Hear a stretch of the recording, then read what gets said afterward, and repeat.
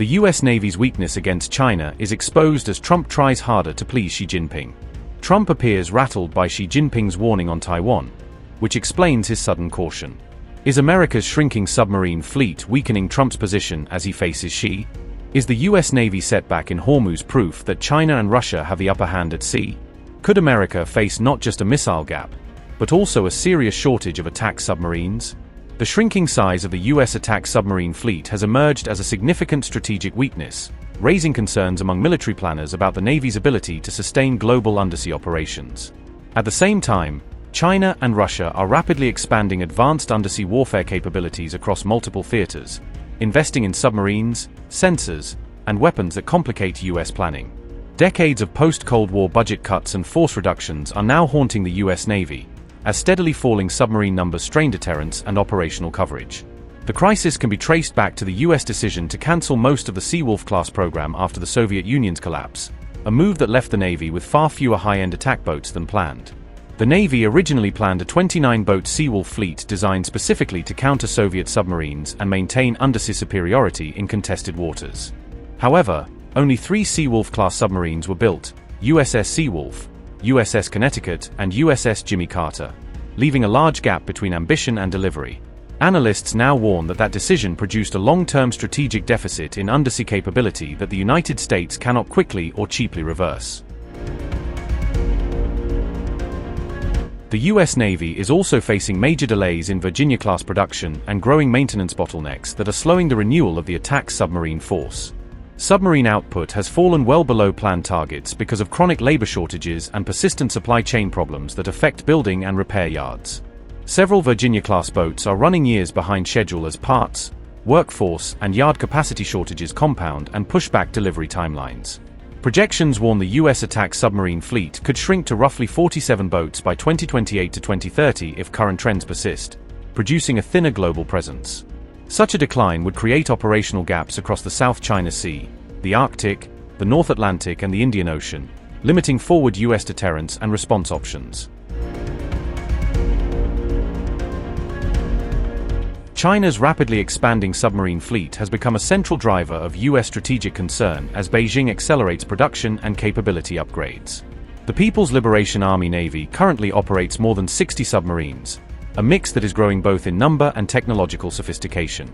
That fleet includes nuclear attack submarines, ballistic missile submarines, and increasingly capable diesel-electric boats equipped with air-independent propulsion and quieting measures. Beijing could field nearly 80 submarines by 2035 if current construction rates continue and nuclear submarine programs are expanded further. Russia is also modernizing its undersea forces with newer Yasen and Bora-class submarines designed for stealth, endurance, and strike with strategic weapons. Moscow's more advanced boats combine reduced acoustic signatures, long-range missile suites, and emerging capabilities such as hypersonic-capable launchers. Defense analysts warn the technological gap among US, Chinese, and Russian submarines is narrowing, complicating the calculus for undersea dominance. The shifting balance under the waves now threatens decades of American maritime advantage and is forcing a strategic reassessment of shipbuilding, maintenance, and deterrence priorities. US submarine challenges were underscored during a diplomatic moment when China's president warned President Trump against interfering in Taiwan, highlighting how undersea weakness can intersect with broader geopolitical pressure. After offering talks on major issues, Xi's remarks in the historic meeting with Trump in Beijing were widely read as a direct warning. She was said to speak openly in a way that put pressure on the US side and added to the tense mood of the meeting amid global tensions. Significantly, Beijing issued a stark warning over Taiwan, telling Washington that interference would carry serious consequences. She made China's stance on Taiwan clear, outlining the costs and consequences that Washington could face if it crossed Beijing's red lines. The Chinese president said, and I quote, "The Taiwan question is the most important issue in China-US relations. If mishandled, the two nations could collide or even come into conflict, pushing the entire China-US relationship into a highly perilous situation," unquote. Taiwan remains on edge as China continues military drills around the island, keeping tensions high across the Taiwan Strait.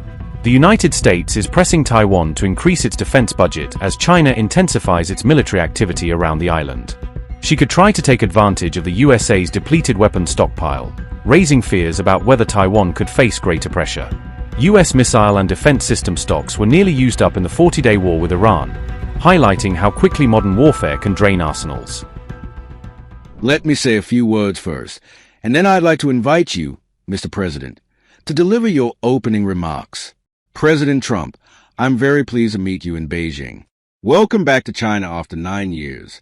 The whole world is watching our meeting. Currently, transformation not seen in a century is accelerating across the globe, and the international situation is fluid and turbulent. The world has come to a new crossroads. Can China and the United States overcome the Thucydides trap and create a new paradigm of major country relations? Can we meet global challenges together and provide more stability for the world? Can we, in the interest of the well-being of our two peoples and the future of humanity, build a brighter future together for our bilateral relations? These are the questions vital to history, to the world, and to the people. They are the questions of our times that you and I need to answer as leaders of major countries. This year is the 250th anniversary of American independence. Congratulations to you and to the American people. I always believe that our two countries have more common interests than differences. Success in one is an opportunity for the other, and a stable bilateral relationship is good for the world. China and the United States both stand to gain from cooperation and lose from confrontation. We should be partners, not rivals. We should help each other succeed and prosper together, and find the right way for major countries to get along well with each other in the new era. Mr. President, I look forward to our discussions on major issues important to our two countries and the world, and working together with you to set the course for and steer the giant ship of China-U.S. relations, so as to make 2026 a historic landmark year that opens up a new chapter in China-U.S. relations. I will pause here and hand over to you, Mr. President. Thank you. President Xi, I want to thank you very much. First of all, that was an honor like few have ever seen before. And I think I was particularly impressed by those children. They were happy. They were beautiful. The military is obvious. It couldn't be better, but those children were amazing, and they represent so much. And I know they represent so much to you. You and I have known each other now for a long time. In fact, the longest relationship of our two countries that any president and president has had. And that's, to me, an honor. We've had a fantastic relationship. We've gotten along. When there were difficulties, we worked it out. I would call you, and you would call me. Whenever we had a problem, people don't know. Whenever we had a problem, we worked it out very quickly. And we're going to have a fantastic future together.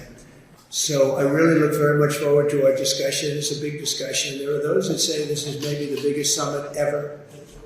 They can never remember anything like it. I can say in the United States, people aren't talking about anything else. But it's an honor to be with you. It's an honor to be your friend. And the relationship between China and the USA is going to be better than ever before. Thank you very much. Thank you. Great. Great place. Incredible. China's beautiful. After his meeting with Xi Jinping in Beijing, Donald Trump sidestepped direct questions about Taiwan from reporters, repeatedly avoiding specifics on the issue even as journalists pressed him on Xi's warning. When a reporter specifically asked what Xi had told him about Taiwan, Trump brushed aside the question and replied that China's beautiful, shifting focus to pleasantries about the visit rather than policy. Trump's evasive comments came just after Beijing issued a stark message to Washington on Taiwan, with Xi Jinping warning that the U.S. must not interfere in the Taiwan question. During their talks, Xi Jinping openly threatened that Beijing is prepared to respond forcefully over Taiwan, making clear that any perceived U.S. crossing of China's red lines on the island could trigger a serious reaction. The Chinese president said, quote, "The Taiwan question is the most important issue in China-U.S. relations. If mishandled, the two nations could collide or even come into conflict, pushing the entire China-U.S. relationship into a highly perilous situation." Unquote. In response, Taiwan's foreign ministry quickly issued a statement addressing Xi's remarks, making clear that Taipei rejects Beijing's narrative and will not accept China's framing.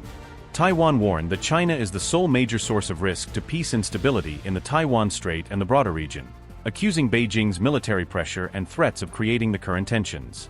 The ministry also stressed that Beijing has no right to speak on Taiwan's behalf or make sovereign claims over it, insisting that only Taiwan's elected government represents its 23 million people and their future.